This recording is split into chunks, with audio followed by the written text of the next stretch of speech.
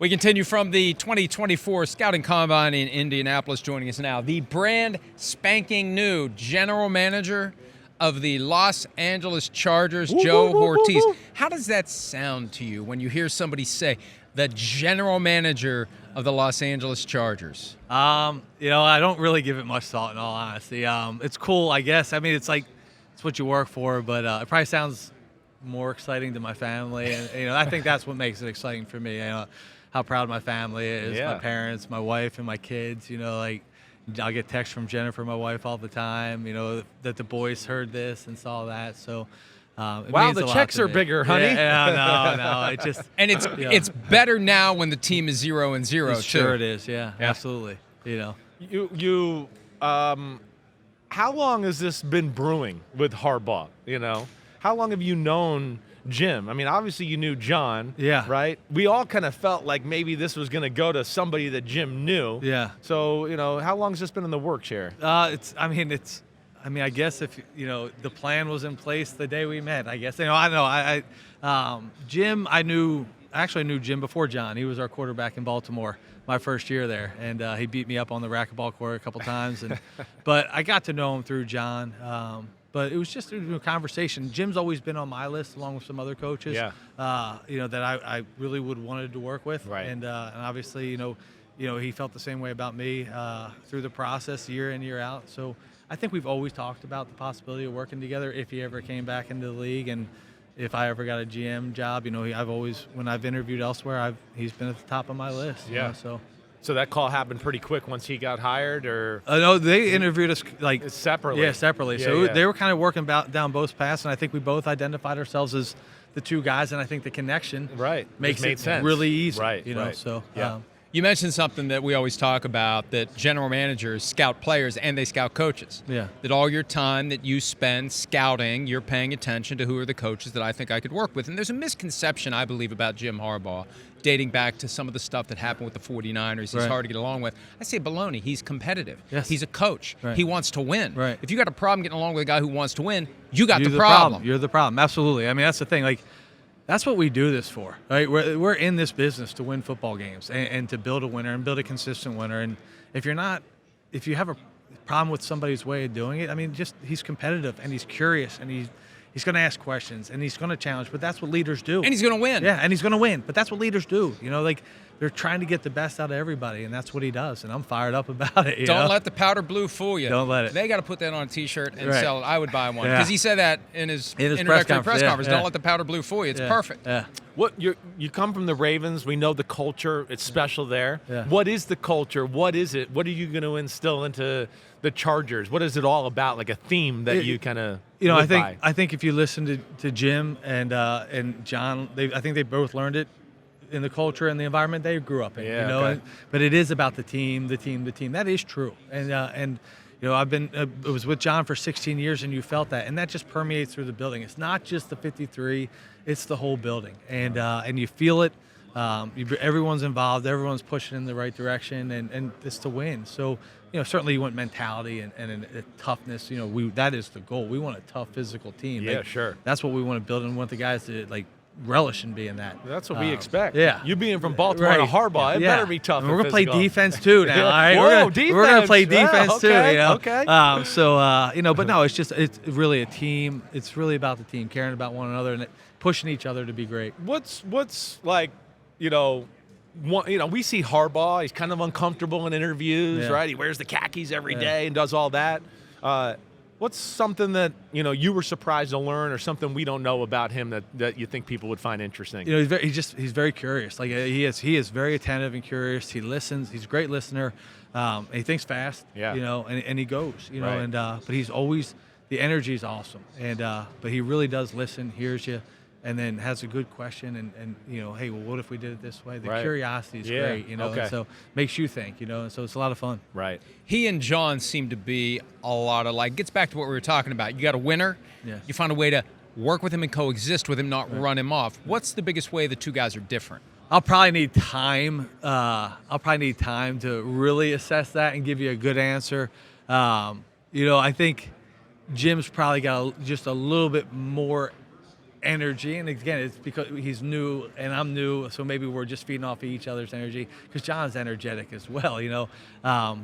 You definitely feel like he walks in the building and he's just like ready to go, and John is the same way. But attack the day with an enthusiasm unknown to mankind. So Jim has maybe a little bit more. That's probably like the little difference I'd say right now. But as I get to know him and work with him on a daily basis, I'll probably be able to go in more depth on that. Right. If I want to. Doesn't it stink to take a job as a GM and already have a quarterback and you don't have to go find one? Isn't that horrible? I mean, not having to deal with that anxiety and pressure is a really difficult thing. It's an awesome opportunity. I mean, like I said it in my opening press conference, I got a quarterback, I got a head coach, and I got a great great ownership. It's a great situation for a general manager to be walking into. It's like, ownership, supportive, extremely supportive. Backing, help Jim put together a great staff. Yeah. So it's an awesome opportunity for a general manager to walk into. How much do you focus on in-division competition, right? I know I grew up in the 80s, and, it was Buddy Ryan and the Eagles were worried about the 80s, the Giants and all that. Right. Are you one to build in, just, hey, we're going to make our best team? Or do you look at a Kansas City and Mahomes and go, wait, we got to do this to get out of the division? Yeah, you got to, the best way to get to the playoffs is to win the division, certainly, right? So you want to build a team, but there's multiple ways to do that, I think. So I don't think you pigeonhole yourself and we got to do it this way. Right. But we know, I grew up watching that same division, and rooting for a different team, but who are you rooting for? I may have been a Philly fan. Oh, I might have been. You're one of those. So yeah, I might have been. So, but every year it's a battle, and you got to win. The guarantee to the playoffs is to win the division. So you got to pay attention to what they're doing, and you got to beat them. Are you aware of the phrase the Chargers chargering, right? Do you embrace that? How do you kick No, I don't embrace anything. All right, I know, yeah. right? But it's a thing out there, right? With the injuries, always something. missed It's field always goals, something. whatever. Yeah. I've heard that about a lot of teams. Using motivation at all? Yeah, or? certainly. Yeah. Right. You do, if people say that about you, turn the page. Turn the tide. Absolutely. We're not going to stand for that. That's the mentality that we're going to build, and that's what Jim's going to build. He's already bringing it. Right. I guess I've heard it, but I've heard it on other teams too, and prove them wrong. Yeah, we'll come prove you wrong. F you on the charging thing is what he said. You were talking about how you build a team, though, to compete within the division. You got to deal with the Chiefs and Patrick Mahomes twice a year. Sure. Is it better to try to come up with a defense that can slow him down, or is it better to come up with an offense that can outscore him? Yeah, that's probably the things you talk about daily and year in, year out. I think you have to be able to do both, really. I mean, you got to be able to slow him down, and because you watch him, he's got the ball late in the game. He has the utmost confidence that he's going to go win it. So you got to do both. You got to slow him down to outscore him, I think. So I think you build a balanced team. You try to build the best defense you can and the best offense, and let them complement each other and work together. What would you do about the hip drop tackle? You guys had in Baltimore, Mark Andrews suffered a serious injury this year on that. A lot of talk about changing. What would you do with it? I would like to see them address it to some degree, because we witnessed Mark get hurt. I'm not on the competition committee. I'm not, in those meetings to hear the pros and cons. But I think it's certainly something that they have to explore and continue to talk about, because you want to protect the players at all costs, especially if they're getting hurt. From a specific type of tackle, we're fans. Yeah, exactly right. I think it's got to go. Yeah, it's having experienced it and watching Mark get hurt, it definitely, gosh, is there a better way? Can we to get a guy down, a safer way to get a guy down? And that's a challenge. How do you define it? Right. And what's the other way to get a guy on the ground? Because you just got to get a guy on the ground. Right. Especially if you're coming from behind. We obviously got rid of the horse collar. This is evolved into the hip drop. It's the next technique, because at some point you're going to be chasing a player from behind, right? Other than just saying touching off, we're not going to put flags on the back of them. Yeah, so, we got to figure out a way. Yeah, right. 5th overall pick, right? How do you kind of look at your team? I know you don't want to tell us who you're going to pick or anything like that, but where's the area of the team that you can kind of look at right now and go, we definitely need to improve in this spot?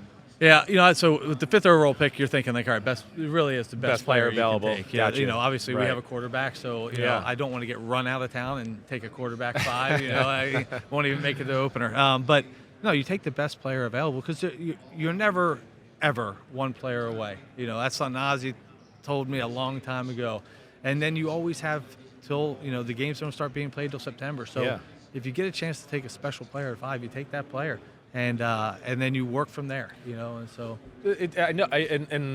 So how do you balance it? I guess that's what I'm always intrigued by, right? Like, let's just say receivers, right? Yeah. You got 3 kind of good ones, you know, contracts and age are a little bit of the factor, right? But do you just go, whoa, wait, the best player available at 5 is a receiver, even though we have 3 good ones, right? So I'm always interested in that juggling act. I mean, there. that's the thing. Like, you know, it's building a team is managing a team, and it's the next year and the next year. So if you have to understand, if you take a player, you create great depth. Yeah. Okay. Yeah. So you talk about having older players. Well, what happens if one of those older players get hurt right? for a couple weeks? Or what if the younger players get hurt? Now you have somebody to jump right in there. So you really don't want to pigeonhole yourself into one position because, man, you know, we're weak at this position. I got to address this.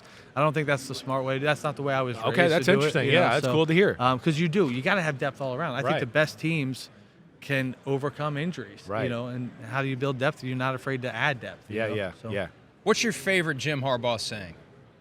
I do love that, you know, an enthusiasm unknown to mankind. I really do. And now, I don't know if that's a Jim Harbaugh saying. I've heard it as a Jack Harbaugh saying. That's right. And so it's plagiarizing. You know, and I love the who's got it better than us, nobody. I mean, those are.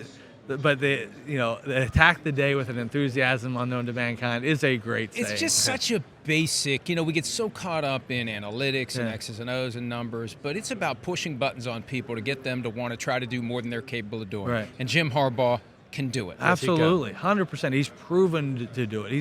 He's had success at every level he's been. He knows how to build winners, and get people to win, and you enjoy winning while you're doing it. Biggest difference between John and Jim before we let you go? Anything there that pops out? It's hard to say. Nothing. I mean, they're very similar. Yeah. Just probably little subtle differences. Right. There's not a huge, big difference. You know, it's just, at some point I'll figure it out as I get to work with them. But there's just little things back and forth. Jim's glasses are bigger. Yeah. That's for sure. John does a better job of keeping it all under control until somebody kicks the plug out of the light switch at halftime of the Super Bowl. Oh, my goodness. That's when John loses it. Yeah. You mean when Jim kicked the light switch? Yeah, that's Seriously.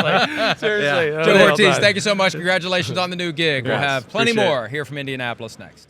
Hi, it's Mike Florio. Thanks for watching PFT on YouTube. Hit subscribe for the latest news and analysis from Pro Football Talk.